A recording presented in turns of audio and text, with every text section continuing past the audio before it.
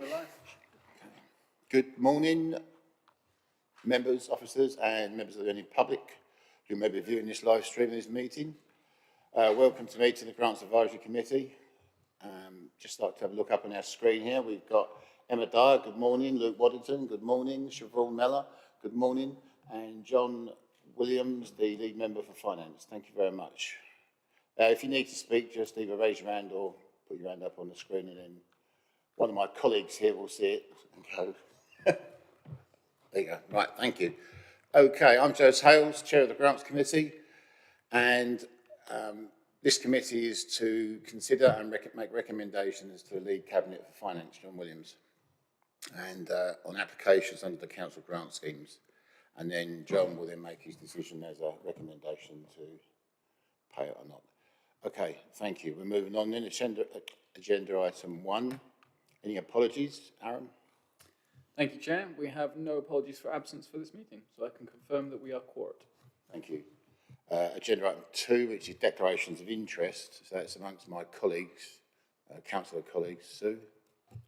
I would like to declare an interest in Care Network, as I am a trustee of Care Network, but not responsible for how the money is spent. Would that be under the service support grants, yeah?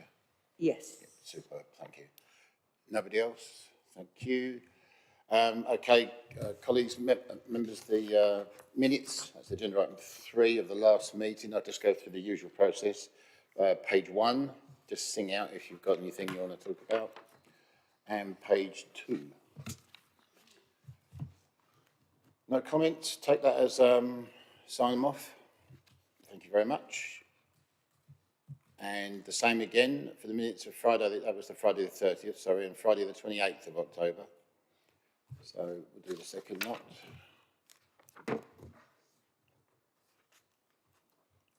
That's page 1, page 2, page 3, and page 4. Again, okay? Yep. Thank you very much. Okay. Thank you, Chair. Now we're on to the main events, so to speak. So this is the agenda item number 5, service support grants. This is the 6-month progress report. So I'd like to introduce to everyone Emma Dyer, who's going to work on this, and then be ably assisted at another part of that presentation with Gareth Bell. Okay, thank you very much. I'm sorry, Gareth, I didn't introduce you first of all. Okay, over to you, Emma. Thank you, Chair. So this is the Service Support Grant 6-month progress reports. And like you say, this links into the paper on the new applications that we received, which Gareth is going to present next. So the Service Support Grant Scheme was designed as a contribution by the Council towards the costs that organisations in the voluntary and community sector incur in delivering services for South Cambridgeshire residents. Grants are issued every 3 years, and the Council funds 12 organisations through this scheme, and grants are subject to satisfactory performance at annual review. And then we have, so the current agreement started on the 1st of April 2019, and these grants were renewed into 2022. But due to the exceptional circumstances resulting from COVID-19 and the prolonged period of national lockdown, all existing contracts were extended by 1 year and will expire in March 2023. 6 monthly reports have been requested specifically for those organisations receiving £10,000 per annum or greater, or due to a specific request by the committee members. So just please note, in the paper this reads as £15,000 as published. This is actually an error. It's actually more than £10,000. So the 3 organisations that received £10,000 or more are Care Network, Cambridgeshire, Citizens Advice and CCVS. And I think you're aware of this, but unfortunately we were not able to obtain the CCVS 6-monthly report in time for this meeting, but we are able to provide this to members informally after this. So you will be receiving that at some point. So if you refer to Appendix A on page 11, you will see progress reports of Care Network and Citizens Advice for quarters 1 and 2 of this year. And the summary also gives an officer opinion on the status against targets agreed within the grant agreements. And we would ask that Grants Advisory Committee make recommendations to the lead Cabinet Member for Resources on the progress of the projects within this report, including officer summaries as presented, and or highlight any concerns for further investigation or action. And just before I begin, I'd like to say that both organisations are on track to deliver the agreed outputs on time and to budget, achieving the objectives in their individual grant agreements. And funding is paid annually in full at the beginning of April to all recipients, except for Citizens Advice and Care Network. Due to the large amounts granted to them, their fees are split in half and paid in 2 instalments in April and October. So firstly, we have Care Network that was awarded £18,500 in this current financial year under the combined community transport and independent living theme. So the first parts, funding has been provided for the delivery, development and promotion of community transport services within South Cambridgeshire and for its residents. Specific measures here were to deliver a community car scheme sustainability project via a community-based participatory research activity, develop an area-based initiative and collaborative approach to community transport via Care Network Transport membership scheme, raise awareness of Care Network and other local services and connections to community car schemes in South Cambridgeshire to enable them to identify and signpost lonely service users to Care Network. Use social networks to increase awareness of community car schemes, redesign the annual community car schemes survey, provide one-to-one support for community car schemes as required, and provide 6 networking and training events per year for community car schemes. And they've achieved quite a lot so far. So in April, they had a meeting with Community Transport Network regarding fuel price increases. In May, they updated coordination packs that were distributed. Car scheme leaflets was updated. The South Cambridge District Council and Care Network Cambridgeshire CPCA updates on the online directory, that's been updated. In June, a presentation was given on recruitment and retention of volunteers. July and August, hot weather warning and management advice provided. Follow up on Community Transport Network meeting with national petition information.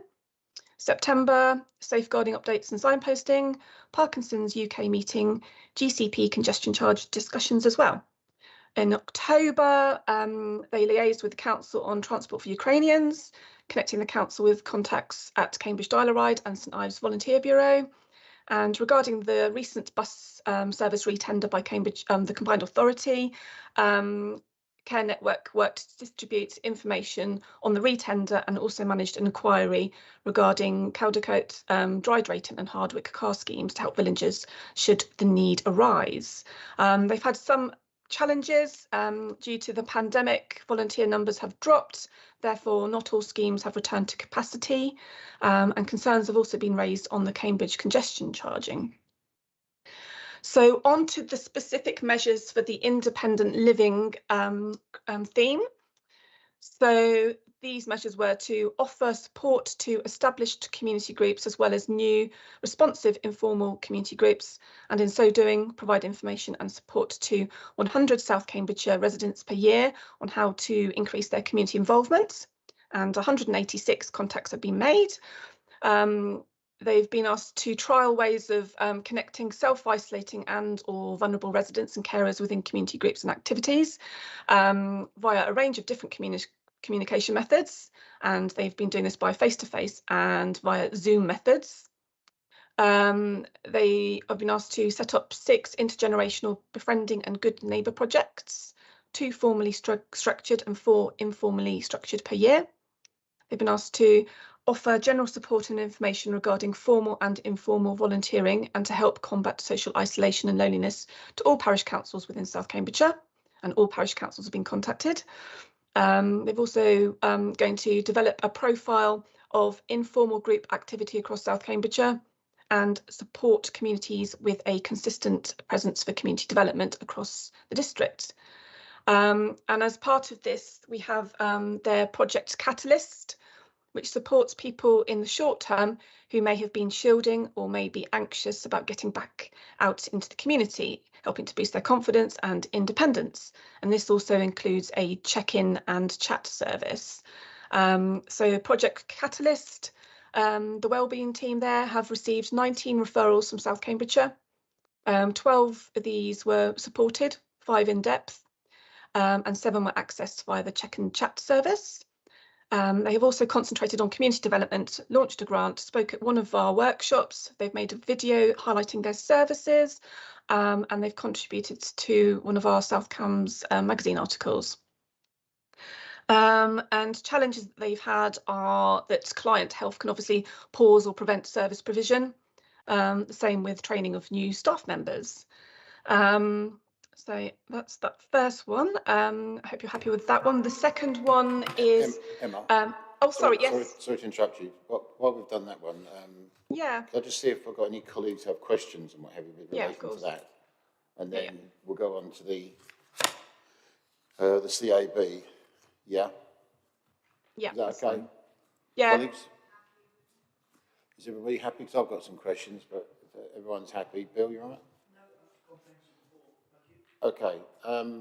I've got something for my Emma. How many Yeah, car of course. schemes arose as a result of the work that the Care Network were doing and tasked to do? I'm not sure on the specific number. I know that have you looked in the I know that we've sent you the sort of reports as well via email on the sort of service, Yeah. the sort of more in-depth reports. I don't think I have that right now to hand, but I can obviously look that up and find out for you. That's not a problem. Oh, that's the first one. And the other one is how many intergenerational groups were set up as well? Intergenerational. I think this kind of information is important because if we're Yeah. asking people to do this, then as a quick précis here, then this is pretty. Yeah, of course. You have to apologise because it's actually Cecilia's report that I'm reading, so I don't necessarily have all that information. That's okay. We can blame Cecilia then, and yeah, you're not at fault. I'm just having a look to see if I can see that information. I'm sure I read that somewhere, but I can't remember. I'll tell you what. Could you ping it Yeah, out? I'll make a note of it and I'll get. Ping it out to us. Yeah. Don't worry about it now. And Yeah, okay. if you could be, could you pare down what you're going to say on the next one as well? Yeah, so we've got quite a lot to get through as well, if you don't mind. Not that I don't like listening to you. It's just. Okay, yeah, that's Cheers. fine. We got Citizens Advice. They were awarded £85,000 this financial year under the Advice Services theme. So this was funding to provide free, independent, confidential and impartial advice to residents in South Cambridgeshire, as well as to develop, deliver and publicise their advice service to residents in a manner which takes account of the rural nature of the district. We asked them to provide a log of outcomes from the advice given, recording the value of income gained, problems resolved and homelessness prevented, as well as detailing the range of issues dealt with, including demographic data. I won't go through all those stats, but there's been lots of interactions with Cambridgeshire residents. I will say that this is quite an important figure. Total income gains and debts written off for clients amounts to 1.3 million, which is obviously quite a lot. So I'll go into the different outreaches that we've got. So we've got the North Hearts outreach. They've just identified a few issues. Obviously accessing of social care, especially around mental health for vulnerable adults, increased energy benefits and housing inquiries due to cost of living crisis, increased numbers of clients who do not have access or capability to use the internet in applying for blue badges and bus passes, as paper forms are no longer available. And at the Melbourne hub, they have found they needed to stop the drop-in sessions and offer face-to-face appointments instead, so that they could really see the people that they needed to see. And then we've got Cambridge and district outreach. They've continued to deliver all services, including outreach by phone, email, web chat and video and in person. All workers have been fully kitted up with secure IT and been hybrid working. And so that's it in a nutshell, really, for Citizens Advice. Have you got any questions on that one? Thanks, Emma. Colleagues? Sue? I know CAB have had some problems in staffing levels, and I wonder whether that was being addressed, or whether it was in fact an issue. I'm not aware of the staffing issues. I don't know if anybody else is. Gareth, are you aware of any of the staffing issues? I'm not sure, to be fair. I've not heard of this, but So I think from my sort of knowledge, particularly through the pandemic around citizens' advice, obviously the challenge has been kind of capacity, but I think they worked really hard during the pandemic to sort of increase capacity with various additional national funding that was available that through the county council that we worked with to provide to the important service. I'm not aware of kind of ongoing concerns around staffing. I think the concern that is always a concern, particularly with, and I imagine we'll talk about this more in the next item, with the kind of cost of living crisis, is just to do with the capacity and the demand on the service rather than their ability to sort of find and develop staff. It was just the activity days that I planned in Swavesey and Fen Drayton. They were unable to attend due to staffing. okay.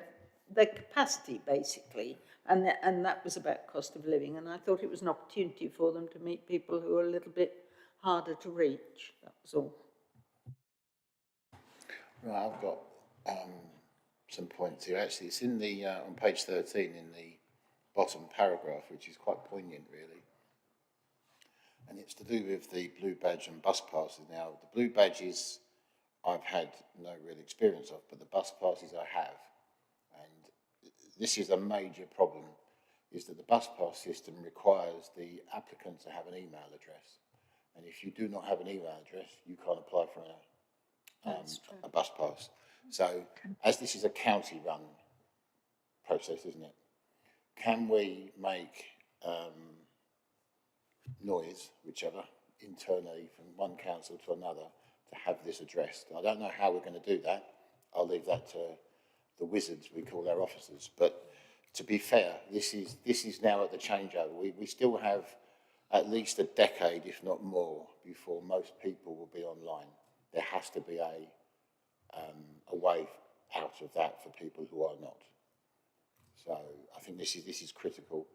Counties seem to think it's the responsibility of libraries. Well, there aren't very many county libraries left. They're all either lapsed or volunteers, and the volunteer library people do not know how to do it or won't do it, purely because there is personal information being bandied around. So there's a whole raft of issues here that need to be addressed. Okay, I will. Before we get our bus services back, Gareth. It was really just to add that I suppose for a service that we deliver, where we moved much of our kind of benefits application process to kind of digital, is we are, in the main, most people are able to, and I've got an email address for that process, which gives me some reassurance. Obviously, it's a different group of people that we're talking about. The District Council does provide a service to ensure that those people who aren't able to or don't have an email address or aren't able to fill in the online form themselves, they can be provided with support. So it's something officers can pick up, and we're taking action to liaise with county. That's actually really very reassuring, actually, Gareth. I just wonder whether or not county have the same processes set up. If they don't, I mean, this is essentially adult social services, if you like, because the generation that are, generally speaking, not online are the very senior citizens. So that's that. So I've got another one as well, if I may. The outreach. If you remember when we talked about this before, we asked whether the citizens' advice would be able to extend their outreach work rather than have the central point, especially given as the buses are a little bit flaky at the moment, shall we say, and what have you. It's also the cost of getting to these central points is a cost, and given the cost of living crisis and what have you. So Melbourne Hub in particular, as I know it rather well, the citizens' advice come for a half a day, once a fortnight. So even they admit, the councillor admits that I could be here all day and have people left.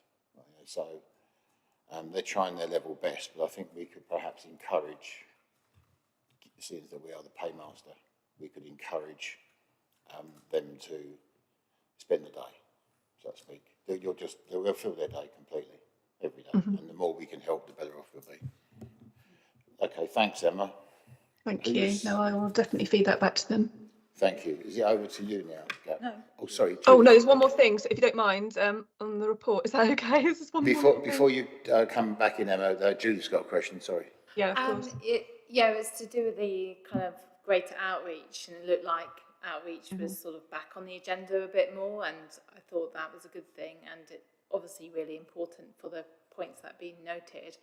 Perhaps you did wonder whether there could be some paper forms, like even brought to those outreach meetings, so that people who are, as we've already said, are elderly and, you know, in the main wanting to get a bus pass and may not have an email address, that's just a way of accessing them.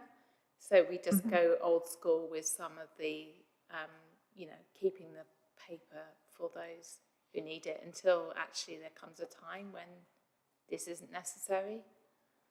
I think that just a suggestion to put down, and that could be done at those outreach sessions across the district, not just in one or two places.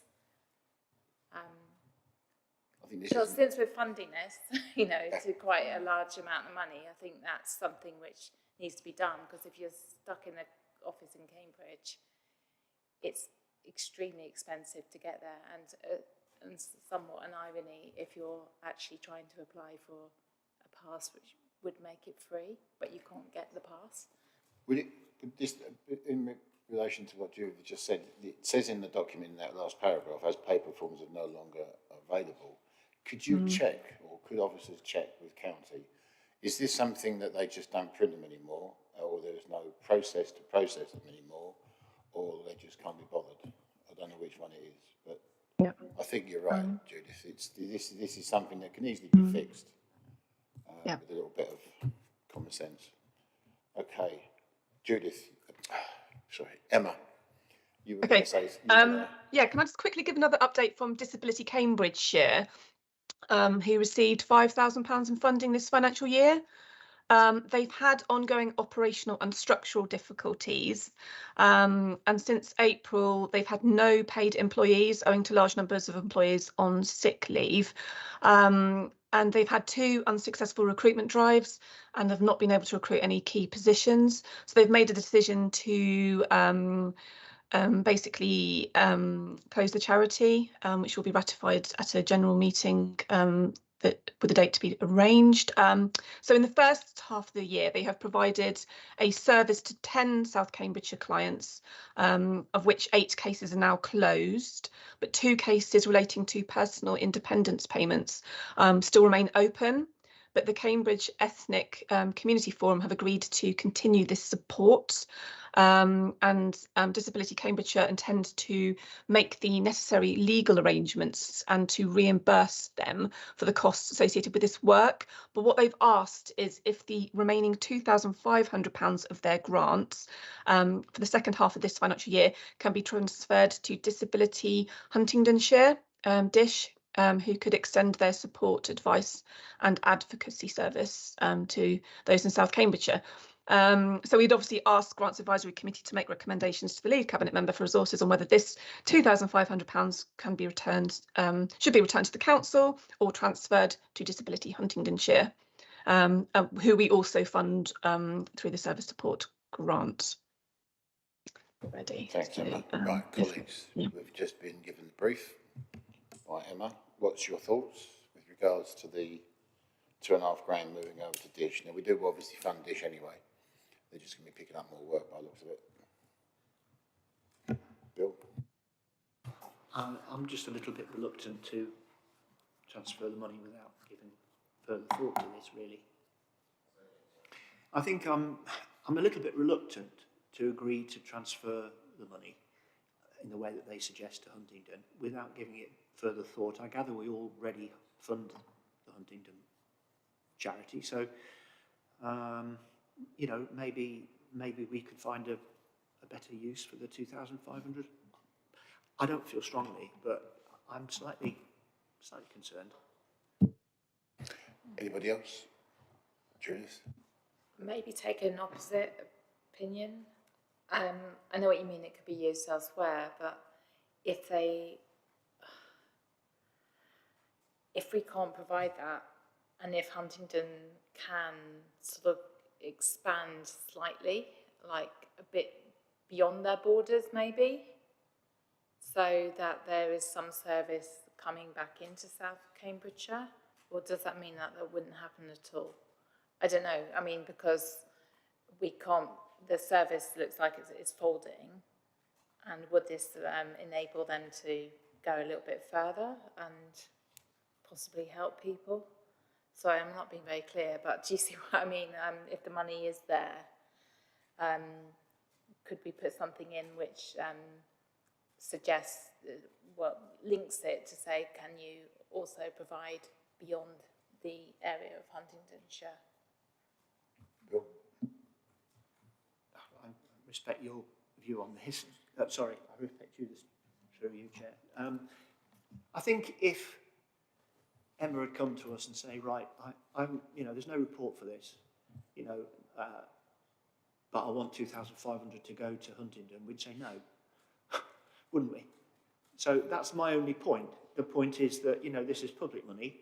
I mean, I don't doubt that the Huntingdon charity will be doing a very, very good job and will probably do what they suggest they will be, Emma suggests they'll do, but I just feel I'm uncomfortable doing it without a proper procedure, you know, that we should go through.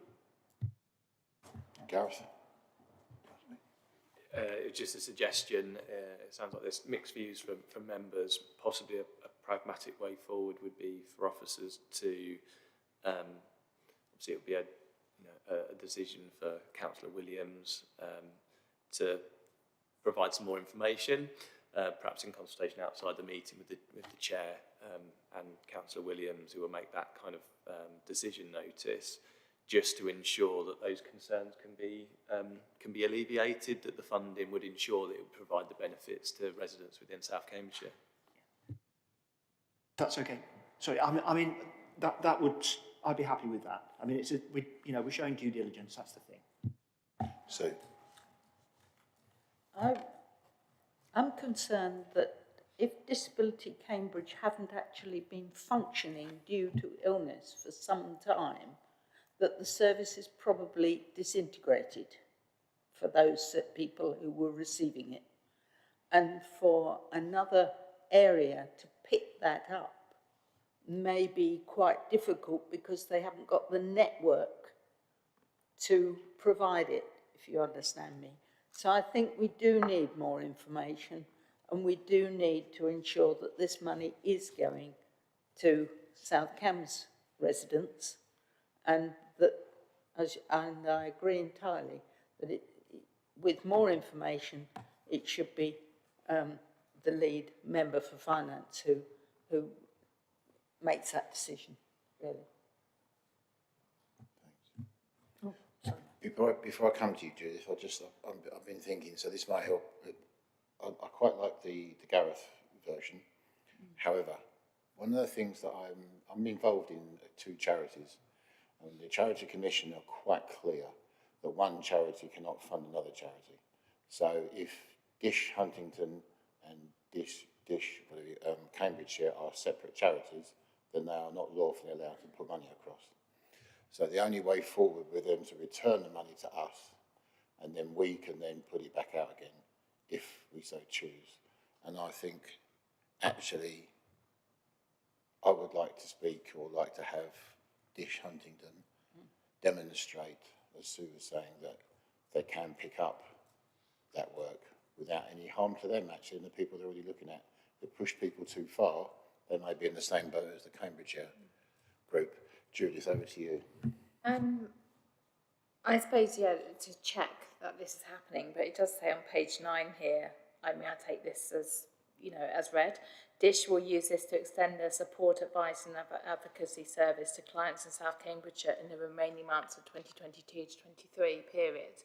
So we're basically funding them to do the work that would have been done directly in the district, but now has to be done from slightly further afield. And that, so I'm quite happy with that. But obviously you need to check that is happening, you know. But you don't want to put too much of a burden on those people so they land up getting sick. But then if you don't do it, you'll get nothing. Yeah, that's my concern. Okay, should we do a hybrid? I'll take everyone's point. Sunita, have you got anything to add? No, but I agree with... Pick Michael. Just to say, I agree with you, Josie. I think it's better the money was returned to the council and then we decide what way forward we go. Thank you very much. Okay, right, I think that's a common ground, and I think Bill, Gareth, Judith is concerned with regards to that. I think we're all there. So I think really, from our perspective, we don't even need to go and talk about this outside this. I think, Emma, could you officially, if you like, ask, this is the recommendation to John. Can I come in here? Yeah. I'm rather with Judith on this. I mean, it did say in the report that Dish was prepared to expand their services more. I mean, we already pay them anyway to cover north of the district, but they are prepared to use the extra money to, in effect, take over the area that was covered. And I think on that basis, I was quite happy to allow that to happen. However, I understand from what you're saying, Jose, that we may not be able to do that, that the money would have to come back to us, and then we would have to give it to Dish. So I'd like Emma to explore that, please. But otherwise, I hear what everyone's saying, but I'm quite comfortable from the officer's report that this money will be used to continue to provide services to our residents, albeit by a different provider. Thanks, John. Over to you, Emma. Can I just say that looking at the notes for the report that when Gareth's going to be reading his on Dish, that I've just looked and I think there are 100+ clients in South Cambridgeshire for Dish. So like you're saying, you know, they do some work in South Cambridgeshire already. So, but I can obviously look into the sort of transfer side of things as well. Thanks. I think just looking on page 9, as Judith has rightly reminded us, the options A and B are the two options we have, so to speak, that we could, as recommendation. I think to protect both the charity which is about to close and the charity that still exists, and us, from any kind of backlash, shall we say, from the commission, God forbid, charity commission, I think that the money should come back here and then be dished back out again. I really do. I don't think we should take the risk. And that's it. So that's option B, John, in the on page 9 under options. So I think that would be our recommendation, I would argue, from this committee to you, John, if that's okay. Yeah, that sounds fine. B. But Agree the transfer. You're talking there about transferring it from one disc to another disc. It actually is a combination of A and B. It comes back to us and then goes to the second disc. I beg your pardon, it is. There should be an option C. Sorry. Yeah, it's option C. Yeah, that basically they return the money and then we dish it back out again. Do dish. Thanks.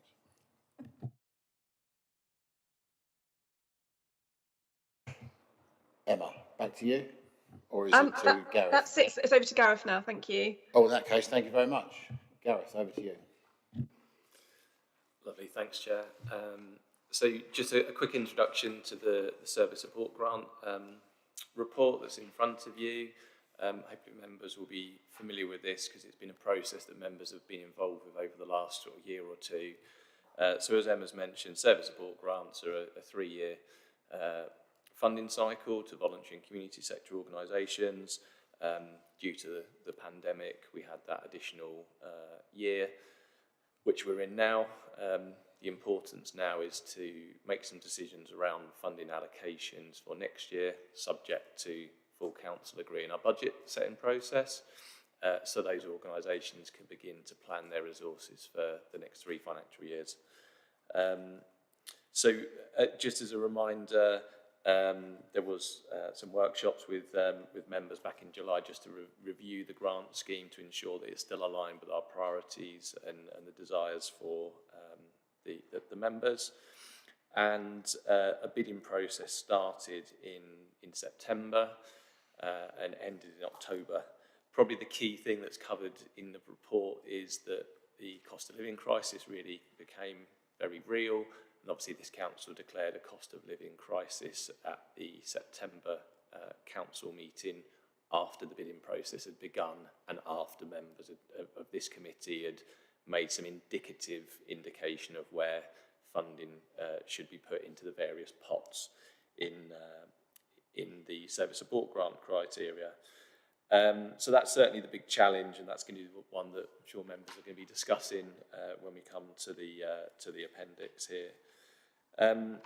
Because of that change with the cost of living crisis, there's been some further sort of informal engagement with the lead member for resources and the lead member for communities and the chair of the Grants Advisory Committee to try and provide members with some proposals in Appendix C for recommendations for awards of grant funding.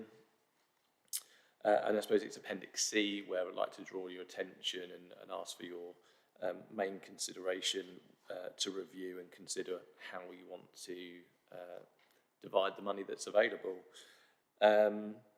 Members were provided with more detailed information on the bids outside of the core pack.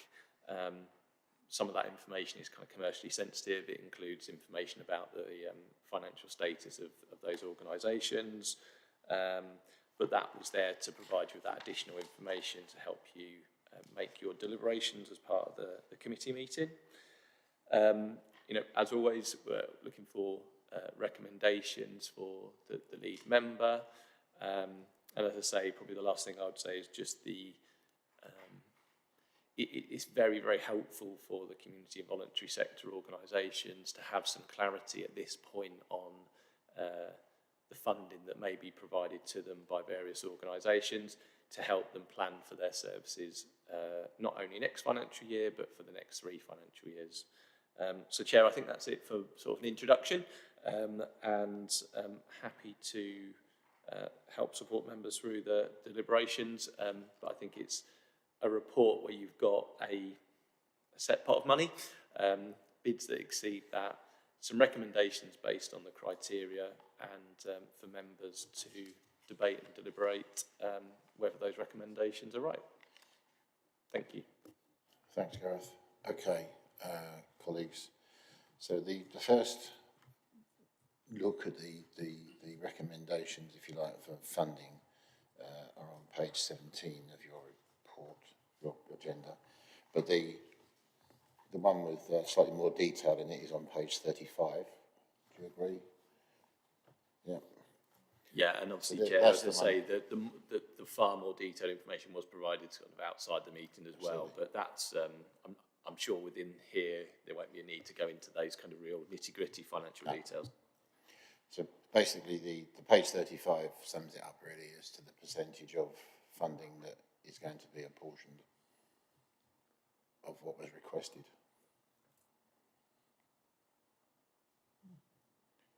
As Gareth has indicated, the pot is very finite. It's been increased. The 10%. John, you'd like to come in? Yes, thank you, Chair. I'm a bit puzzled by this report, actually. I meant to phone Emma up before the meeting, but I completely forgot, sorry, because of full council yesterday. But if you look on page 24, the table there includes Disability Cambridgeshire. And if you look at page 26, there is a summary, a brief on Disability Cambridgeshire, which says its status says it's on track for the reported year. Well, we've just know now that Disability Cambridgeshire has folded. So I don't know where that puts this report, because obviously we won't be giving if we agree the next 3-year statement, we won't be giving them £5,000 a year because they don't exist. They won't exist from next year. What do we do about Dish? Do we give them some more money to make up? And also, how can we have had a report to us which claims that Disability Cambridgeshire, which we now know has been in trouble and is folding, was on track? I'm completely puzzled by this report, and it does worry me that it throws doubt on the rest of it, I'm sorry to say.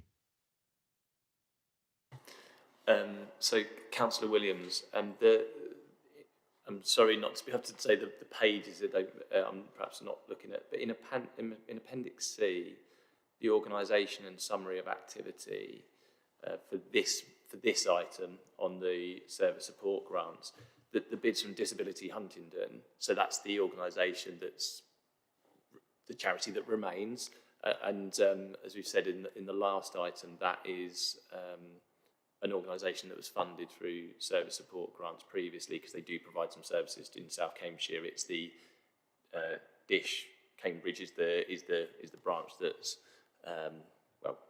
soon no longer to be in existence. So in regards to the numbers in front of you and the service support decisions for the next 3 financial years, that would still stand. I think probably part of your comment refers back to the previous item around the status of the 6 months kind of updates from those organisations. And I'm sure we can pick that up as part of the talking to that charity around what's being delivered and the funding that's still remaining, and that perhaps coming back to the council and being reallocated and picking up outside. But for this particular item, for the service support grants, just to give you that reassurance, the bid is from Disability, is from Dish Huntingdon. John, before you come back, I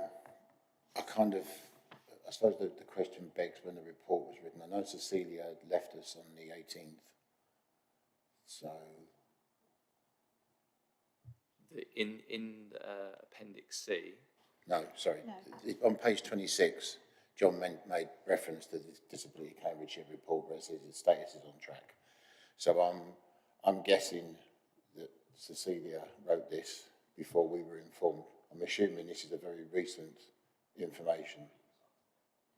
What?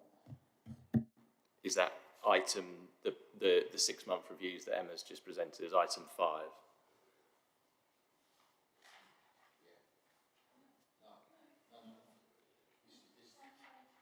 This is on page 26. This is the stuff here. Yeah, which paragraph is the... I think it's a recent development, because I think they've got an extraordinary meeting I think they said was it October they decided, so this probably Cecilia had probably written this bit before that was made public, so I think it was a very recent development. That's what I'm guessing. I mean, Cecilia's been working on this report for some time, and she was trying to get it together before she left. So yep.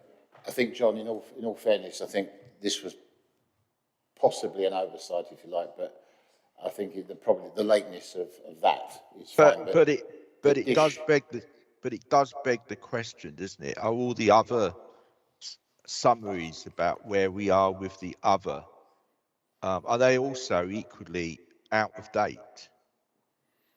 You know, if you're saying that the Disability Cambridgeshire report was written some time ago, that must mean that all the other reports were also written some time ago. You see where I'm coming from? I see where you're coming from, How but up to date is this paper I for would us say to this be able paper to is, make a decision on it? I would say this paper is up to date, John, because I've actually spoken to Cecilia prior to her leaving. So she left on the 18th, so I've spoken to her prior to that. And so that would be there. I'm assuming that when we were notified officially, so to speak, is the date I'm looking for. That could be our call, Gareth. So apologies, Councillor Williams. So just looking, again, I was looking at the appendix on the bids that had come in regards to Disability Cambridgeshire and the update there. You're right, the report was up to date up to the point of it being published, so it's not been written a long time ago, to give you that reassurance. Obviously, the situation for Disability Cambridgeshire has changed significantly. So you're absolutely right that part of the report is now out of date. But to give you, hopefully, the reassurance that you need, we're not aware of any other issues with other charities or organisations that are part of the forward-looking bidding process. And I suppose the bit I perhaps confused members with, so apologies for that, was the bid in the appendix for the next 3 financial years is a bid from Disability Huntingdonshire. I hope that helps clarify. Yeah, no, I was just, I couldn't reconcile that part of the report with what we'd already been told in the previous report, that about you know, Disability Cambridgeshire. It just they were at odds, because clearly that table should have been amended to show that we weren't going to continue to give Disability Cambridgeshire money for the next year. That's sort of the point I was making. That I was concerned that, you know, how old was the report, basically, that it hadn't taken into account this this issue with Disability Cambridgeshire. But you've reassured me, Gareth, and we'll continue. Okay. Okay, thank you, John. Sue. I suppose the clarity would come for me if I knew how much Disability Huntingdon had had last year and whether this 34,000 actually reflects the Cambridge and Huntingdon disability amount, so that they are actually covering some of Cambridge work as well, or South Cambs work as well. I don't have the figures for last year to draw that comparison. My uneducated guess, looking at Emma, is that the bid for 34,186 for this year for Disability Huntingdonshire doesn't include any extra. Just thanks, Chair. If you look actually on page 24, there should be the 2019, 20, 2021, 21, 22 figures, which show that Dish Huntington was in receipt of £3,000 for each of those financial years. I hope that's helpful. Thank you. Judith. I think, do we need a breakdown of how much of that 34,000, I think that's maybe what you were saying, Councillor Ellington, how much of the 34,000 would be spent on residents in South Cambs against how much of it would be in residents in Huntingdonshire? I mean, I'll be assuming kind of like 7,000-ish total from what we've got, or just the 5,000. I don't know. I'm just trying to work out what the breakdown would be. If you look at page 24, Cambridge Disability got 20,000, Huntingdon got 12,000. Therefore, the 34 that is proposed for this year for Huntingdon would suggest that they are covering both patches. It would. But that isn't the information I'm getting, if you see what I mean. That's my surmise. Gareth?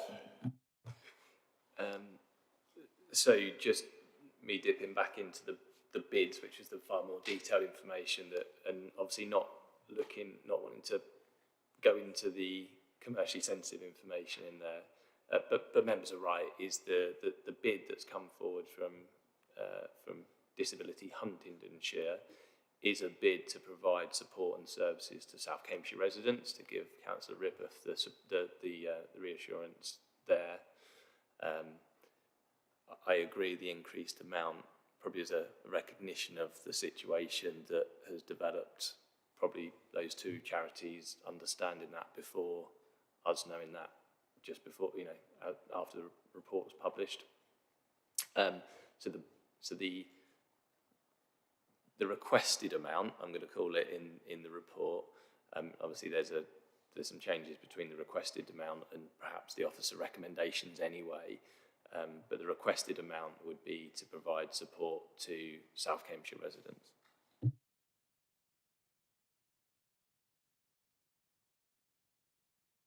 Thank you, Gareth. Right, there's something that's coming out of this then, which is screaming at me, is as a funder, from our point of view, if we have organisations who are talking to each other, as it would appear Dish Cambridge and Dish Huntingdonshire, Disability Cambridgeshire rather, and Dish Huntingdonshire appear to have been doing, and would appear to have been doing for some time by the looks of it, especially if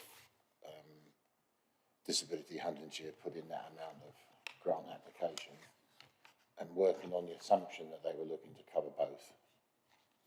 It would have been nice to have been told a long time ago as a funder.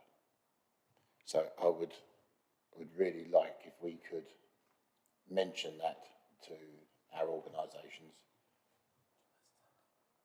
If we moving forward, I really do. The money's tight and we don't want people playing around and making decisions that we then might want to have to undo, which will be embarrassing for them and us. So I'll kind of go to John first, then you, Bill. John?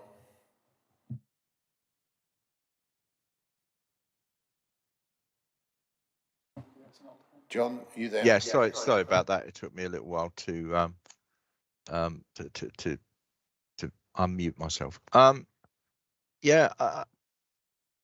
think the difficulty we've got here is that clearly there has been, actually, I thought quite welcome, actually, the fact that we've got two groups working together, because Disability Huntingdonshire were able to take on board the cases, the outstanding cases from Disability Cambridgeshire. So I don't think, to be honest, I don't see anything sinister in that, Chair. I think that it seemed to me that from an operational level they've acted quite well and in the interests of our residents. So I think they ought to be applauded for that.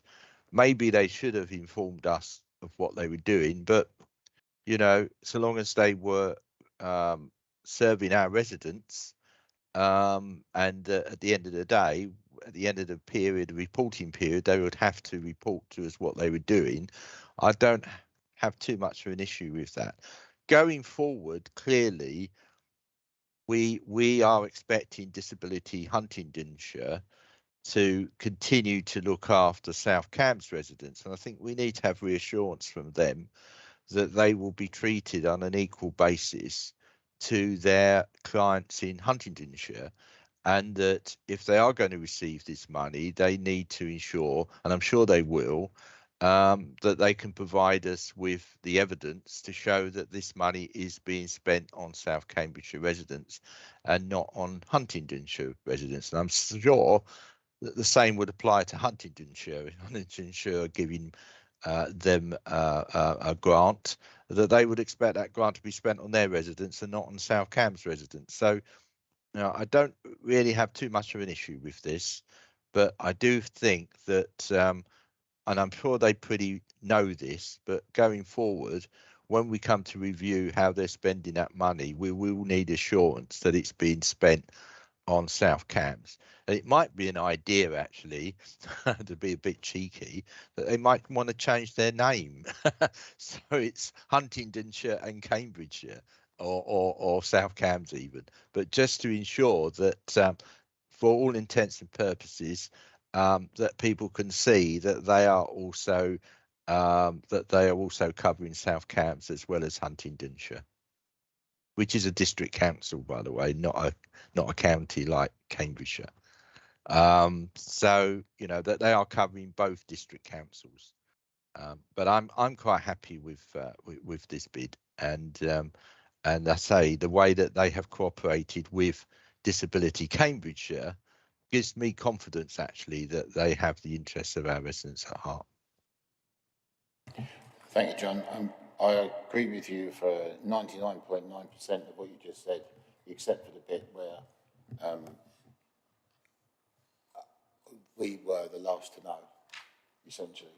We are a funder, John, and I think this is the main thing. And this committee has to say to you, with the greatest of confidence, that what it says is what it actually believes. And we have a report here which is essentially with Dish Cambridgeshire in it, because they didn't tell us in time that they were folding. Otherwise, we could have put their folding at the bottom of that report. Give them all the other bits and pieces, but then where it says on track or whatever, at the bottom, the status would have said, we're folding and we're trying to hand over to Dish Huntingdonshire. But you already knew about that, South Cams. Thank you very much. That's what I was getting at. Right? It is about, if we are a funder, we're essentially their bankers. And any other banking institution would have had their underwear and the inside leg measurement. And I think that's where we should be now. So that's all I was trying to get at. Everything else I agree with you with completely. Bill.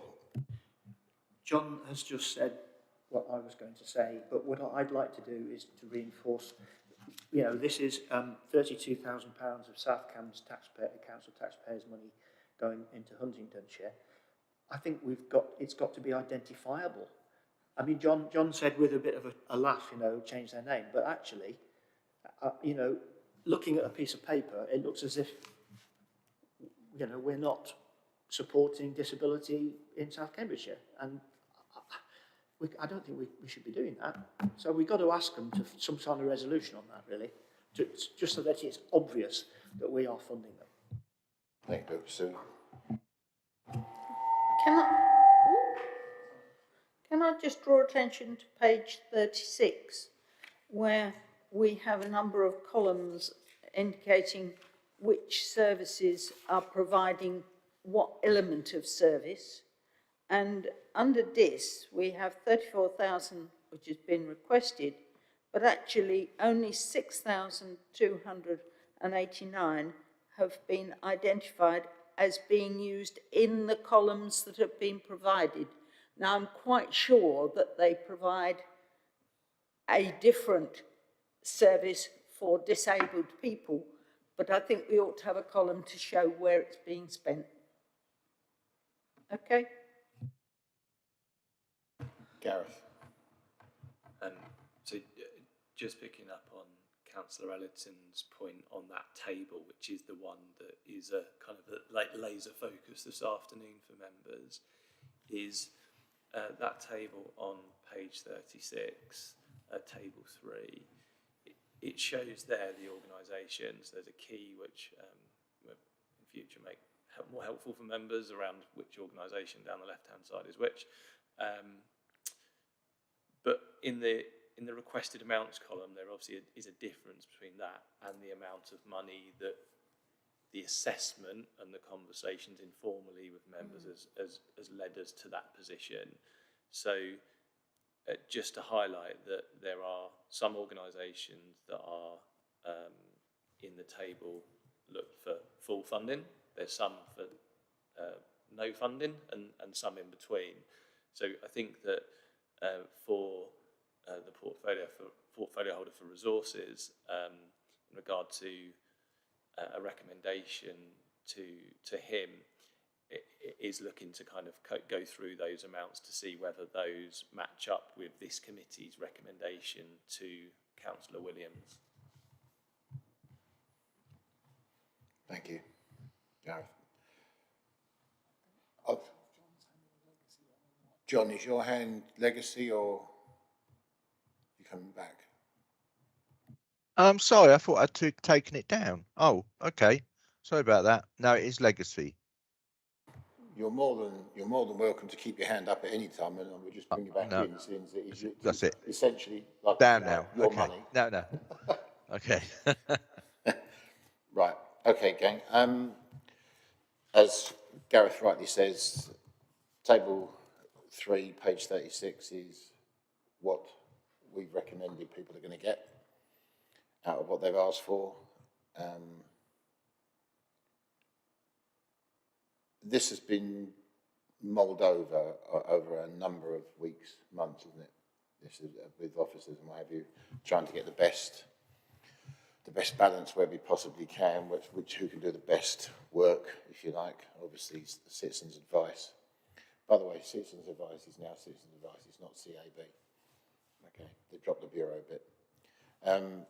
They've asked for 100, and they're going to get 100 if we approve it or recommend it to John. So they do the best, or the most work, if you like, and have the best reach and variable subjects as well. So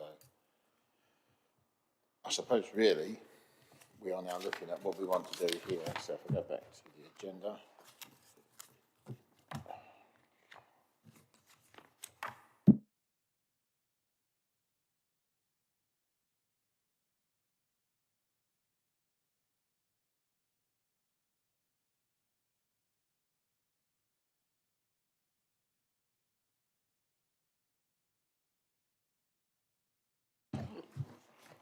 Right, so page 15, recommendations, paragraphs 3 and 4.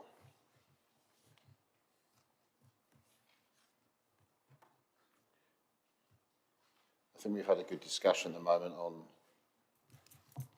various items, various aspects of this. I don't know if you agree with me or not, but the figures on page 36, as I said, are the ones that have been recommended by officers at much pain of trying to work out where the best bang for our buck is going to be. So my recommendation to you, having been part of that process probably more closely than your good selves, is that we go with the officer recommendation, which is the one on page 36. If you disagree, please sing out.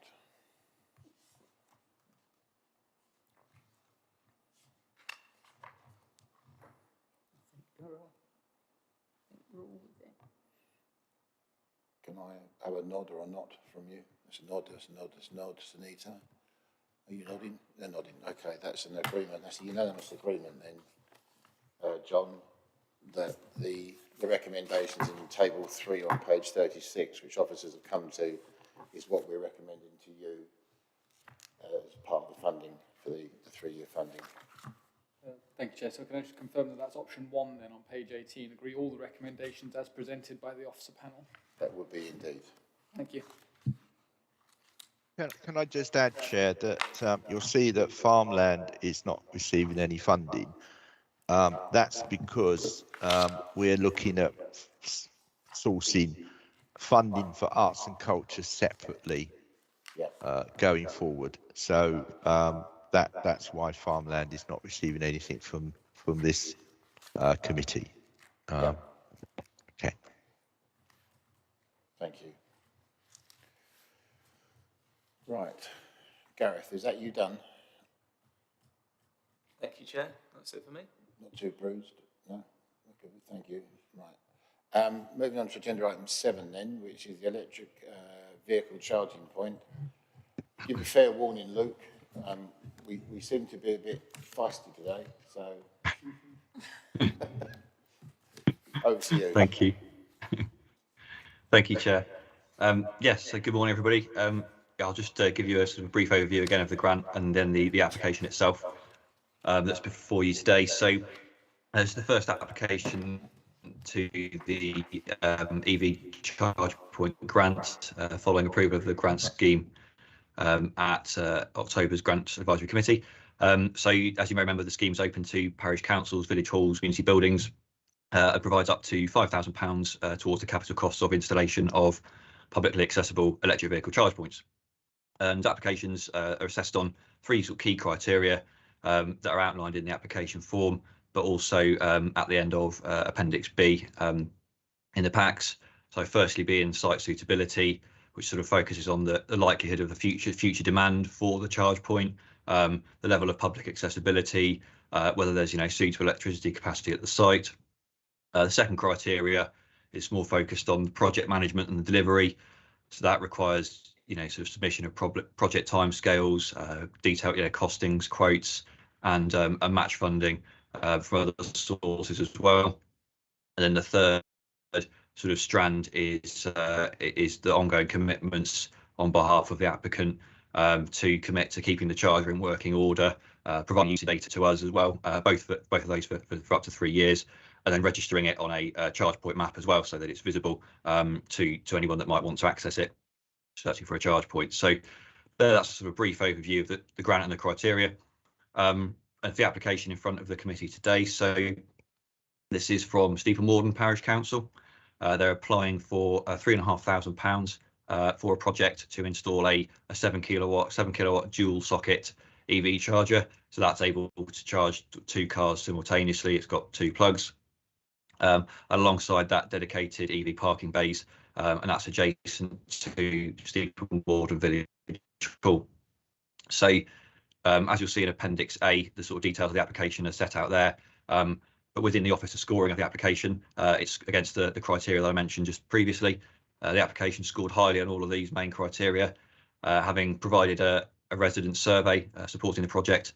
They've identified over 60 properties within Steeple Morden that don't have access to on-street parking, don't have access to off-street parking, and therefore potentially would benefit from a public charger within walking distance. The proposed site's also near to other village amenities, adjacent to the recreation ground, and it's a short walk from the school and the public house in the village as well, which all demonstrates a good sort of case for the future use of the charger at the location. The application also includes a detailed breakdown of costs evidenced by quotes from EV charger sort of supplier and an installer. There's a project plan, a Gantt chart showing the project's milestones, and the parish council have applied to and received confirmation of match funding from the government's on-street residential charge point scheme, as well as funding some of the costs as well by itself from its own reserve. And then in terms of the final strand of criteria, the applicants have also confirmed they agree to all the ongoing commitments in terms of sort of supplying information to SCDC, to Southampton District Council, regarding charger usage and uploading it onto a charge point map. So yeah, I hope that's a helpful summary. Obviously, I'm happy to take any questions. Thank you very much. Thank you, Luke. Just first off, I see Siobhan has popped up, so that's great. Just want to thank her on behalf of you for going through the mill when she introduced this for us. It was to our shame. We should have known really that Siobhan was standing in, but we gave her a real going over, and she was sterling. So thank you, Siobhan. Colleagues, have we got any questions for Luke? Judith? I think this is a really good example, the first one up, and it looks good. Just, I hope you don't mind me asking a question which is broader than this itself, and maybe this was covered at the last committee when I wasn't here. Do we have any idea when, what timescale people, nationally, that people will be able to start charging from lampposts, street lighting, as opposed to having to drive their car to, like in this case, the Village Hall car park to charge it if they haven't got off-street parking? I'm not saying I wouldn't approve this grant, because I think it's a really good one, but I just wondered if we have any idea. Siobhan? Well, Luke may well have other things to add here. I mean, my understanding is that actually there are real problems with the capacity of the electricity supply to many of the many lampposts, and so this isn't as straightforward. straightforward thing that is definitely going to happen by any means. And in fact, when we looked into upgrading the street lights to LEDs back in 2019, when that project was originally set up, there was some investigation into the feasibility of that as part of that upgrading project, and it was decided at that stage that it wasn't feasible. So it's, yeah, so I suppose the answer to your question is I don't know, but I think that there are difficulties. It may not happen. There isn't a path towards that happening at the moment. I mean, Luke is more involved with the county plans, and so you may have other things to add, Luke. Thank you, Siobhan. I think that pretty much covers it in terms of the difficulties, I suppose, involved in charging from lampposts. I mean, it has been done elsewhere. I know in London it takes place. I think one of the issues is that they're often very slow chargers. I think they're sort of even half the speed of that which is being proposed here. So although they are closer by, potentially they are actually slower. So people are spending longer there stationary charged at them, and so there's sort of a fewer cars actually using them. But yeah, I think there's certainly issues in terms of the electrical safety and also the capacity with certain kinds of lampposts and their compatibility with EV chargers. So it's by no means a sort of a straightforward picture, but I think certainly the where the kind of government funding seems to be directed is towards, or will be in the future, is towards on-street charging of some kind. So whether that is something that's revisited with lamppost chargers or whether it's more sort of column, the sort of column infrastructure remains to be seen. But yeah, I think Siobhan probably covered the key points. Thanks, Siobhan. Thank you. That's really interesting. So, Thank you. I'm sure I ought to know what a DNO is, but as far as I'm concerned, it's a district nursing officer. But nonetheless, one of the issues that we picked up last time, and I went away and talked to my parish council about, was the compatibility of the charging point with the vehicles that are likely to use it. And I wondered what work had been done to ensure that that was on course for this particular installation. And I was a bit concerned about the length of time that it would take to charge, and given that there's quite a large number of houses that might need to make use of this facility, how they're thinking that they might allocate that time space within the village.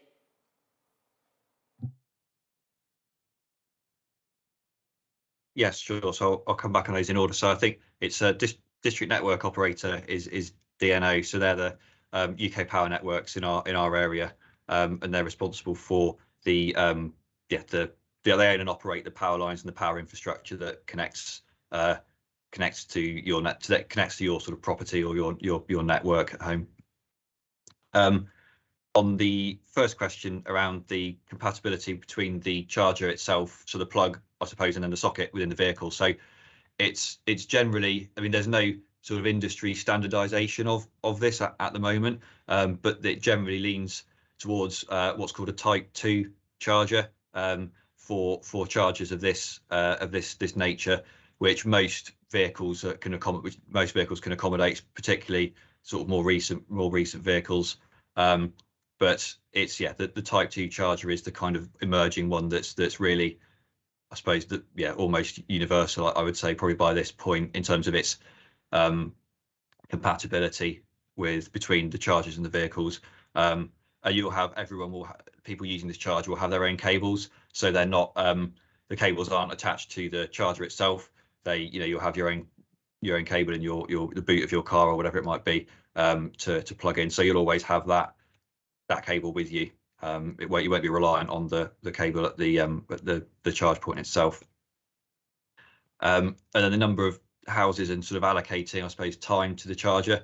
I suppose it's it's difficult to say because the whilst we've asked in that for applicants to sort of provide an estimate, or I suppose evidence for the likely demand and the likely use that the charger would see, it's a bit of a I suppose an educated guess, because it's hard to know until you sort of put the charger in exactly how many people will come and use it, because there isn't sort of an evidence base really for sort of usage data. I mean, the kind of commercial providers of charge points, I don't think sort of provide that information because it's probably sort of sensitive and they, you know, for their business. And so you're kind of working on who are the likely users going to be in the area, who might use it, and then you're kind of thinking, you're trying to base the demand off of that really, or a likely demand from that. So I think by providing a sort of a, you know, 2 chargers or a dual charger in the first case, it at least gives parishes and us an indication of initial demand, and then if there you know, comes to be further demand as the pace of adoption of electric vehicles increases, then I suppose that's something that we can look at and perhaps, you know, in the context of this grant, look at again. But I think for now, it's very much a case of sort of not wanting to perhaps provide more than would be used, rather than sort of provide an installation and see what the usage is, monitor it, and that can inform sort of how we progress, given that everything in terms of electric vehicles is sort of in its fairly early stages, I suppose. I hope that's helped. If not, happy to take any more questions. Thanks, Luke. Okay, colleagues, we've all read the agenda and the application. Judith says she's not going to not vote against it, or for it, shall I say, right? So has anybody else got any comments with regards to the actual application itself for this charger? No? I actually think it's really good. The parish has dipped its hand into its pocket as well, so it's lovely. So would we then suggest that we vote or recommend this rather to lead member for resource? That's a yes. That's a yes, please, on that one, Luke. Thank you very much. Thank you. Thank you very much. Thanks.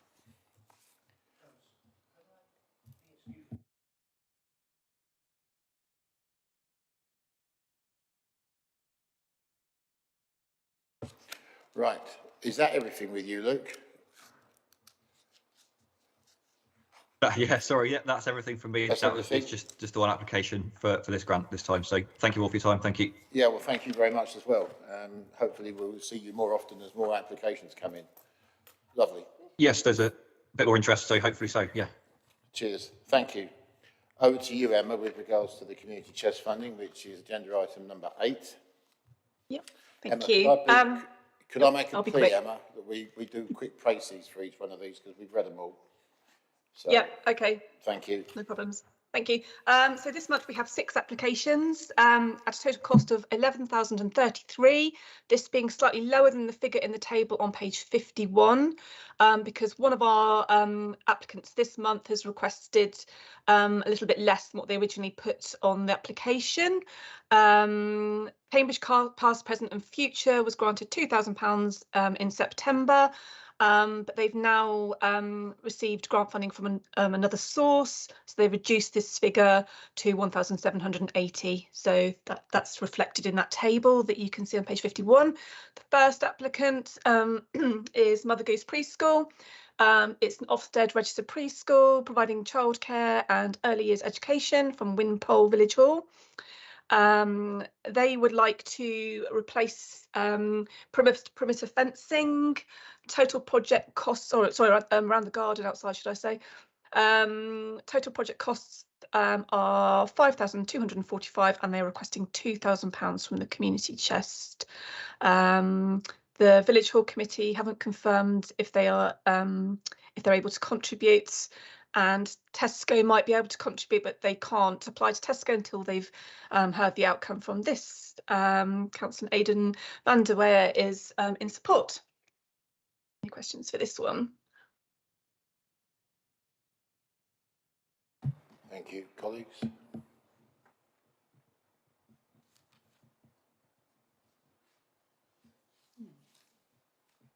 I mean, on the face of it, it's fine.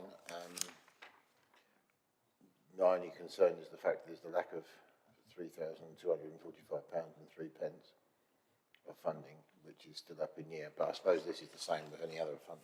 People have multiple funding streams. So My only concern is that the village hall, who will actually own the fence at the end of the day, because it's on their property, are not prepared, or don't appear to be prepared to contribute. Or have I read? No, I've read them. no, And it would seem that they ought to. But okay. So that's as far as you know then, Emma, with regards to the village hall. Yeah, they haven't committed either way on that one. Right. Judith? I feel a bit kind of looking for where the impetus is coming from, you know, from their side, because it's for them, obviously, and the children who are there, you know, using that garden. Just The children are the primary, so the preschool is the primary user of the hall. So it would benefit them the most. And obviously children, it needs to be secure for children. Yeah, I understand. Yep. But, you know, the funding, they've applied for the maximum amounts, and I understand with Tesco, obviously they're looking to see what's come from elsewhere, but the project themselves haven't sort of put up, you know, they've put up £0. Yeah, I'm not against it. I'm just a little bit questioning that. Same here. Yeah. Right, what's the way around this? Let's have a think. Can we go back to them? Can we defer this for the next meeting, which will be in when? January. Right. Can we defer this until we have confirmation that they've got funding from elsewhere? Because otherwise we just put in £2,000 over for a year and then find out they can't do it and then have to give it back. So I'd rather not do that, frankly. Perhaps we could urge a response. And how about if Emma comes back with the response from them that they've got the £2,500 from somewhere else, i.e. the village hall, whose property it is, as Sue rightly says, or the parish council put their hand in their pocket to help or whatever, if they maintain their other funding, that we then give the officer the ability to make the funding. or the lead member. Yeah, well, we recommend that process. What are you thinking, John?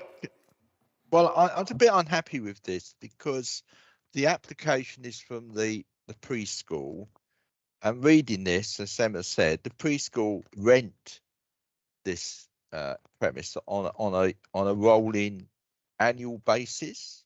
Yeah. So what happens next? Supposing, you know, they no longer, well, because we know a lot of issues we've got with preschools. So there's an issue there. Will the preschool still be around next year? But more importantly, they actually don't own the building that they're in or have a long lease on the building. And this is all capital work which will benefit the building. And I know it will benefit them in the short term for at least a year, but why hasn't the village hall charity come to us for this funding? That's what I don't understand. Why hasn't the village hall, you know, the charity that actually owns the village hall or has a long-term lease on the venue, come to us? I think this is our point, John. This is our point. And you know, so I would like to see it coming from, if the village hall wants this, then they need to come to us, not the play school, or the preschool, because the preschool is only a tenant, not even a leaseholder. So we could do all this work and they could pull out the following year and you know, we'd then just wasted £2,000. I think that's agreed then. So what we do, what would you like to do, John? Reject it or just defer it back for further? I think really probably we need to reject this application and ask. I think we'll have to reject it Yeah. on the grounds that they don't have a long-term lease on the premises. They're just a tenant with an annual. Presumably an annual lease. They have an annual bill of 3,600 per term. So the village hall has enough funds, if you like, just from that alone.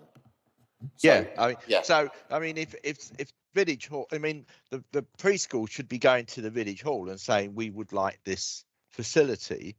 The village halls basically are not funding it, and probably turning around and say no, we're not going to do it. Because obviously you may not be here next year. Well, the same reason, you know, it's the same. So I'm not.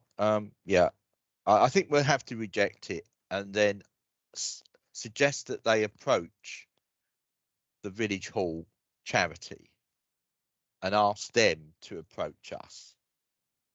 Yeah. For this Okay, funding. that's it then. That's agreed. Yeah. We're agreed on that.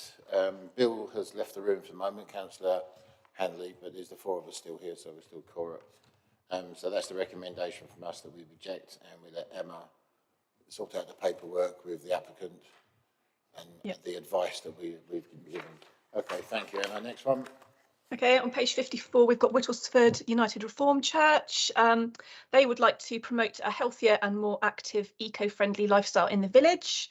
And their project is to install a bicycle repair station, which is a standalone unit equipped with the tools needed for people to fix, tune and repair the most common mechanical problems with their bikes. This will be outside, easily visible from the main road and accessible for all at all times. Total project costs are £1,998, all of which has been applied for through the community chest. The church will provide and fund the costs of the base and the installation, and eventually they will fund and install bike racks when they have sufficient funds. We have Councillor Richard Williams in support. Any questions on that one? I think this is fabulous. I've never seen one of these before. I think it's absolutely brilliant. Judith, you also say? Yeah, just really innovative and yeah, full support. I fully support this too.